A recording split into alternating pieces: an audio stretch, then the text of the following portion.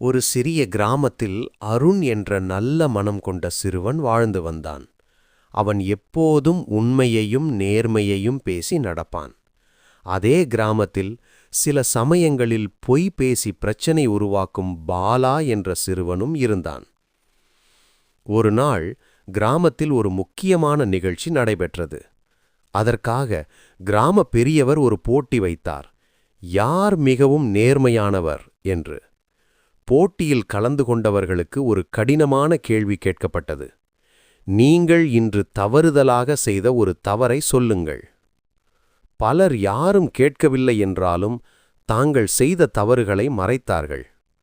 பாலா கூட தன்னை பற்றிய பொய்யான நல்ல விஷயங்களை கூறி பெருமையாக நின்றான். ஆனால் அருண் முன் வந்து நாணத்தோடு சொன்னான், நான் இன்று என் தம்பியின் விளையாட்டுப் பொருளை அனுமதியில்லாமல் எடுத்தேன். பிறகு அதை உடைந்து விட்டதால் நான் மனம் வருந்துகிறேன். கிராமத்தில் அனைவரும் அதிர்ச்சியாக அவனை பார்த்தார்கள். ஆனால் பெரியவர் சிரித்தார். தவறு செய்வது சாதாரணம், அதை ஒப்புக்கொள்ளும் தைரியம் மிகவும் விசேஷம் என்றார். அதனால் அந்த போட்டியில் அருண்தான் மிகவும் நேர்மையானவர் என்று தேர்வு செய்யப்பட்டான்.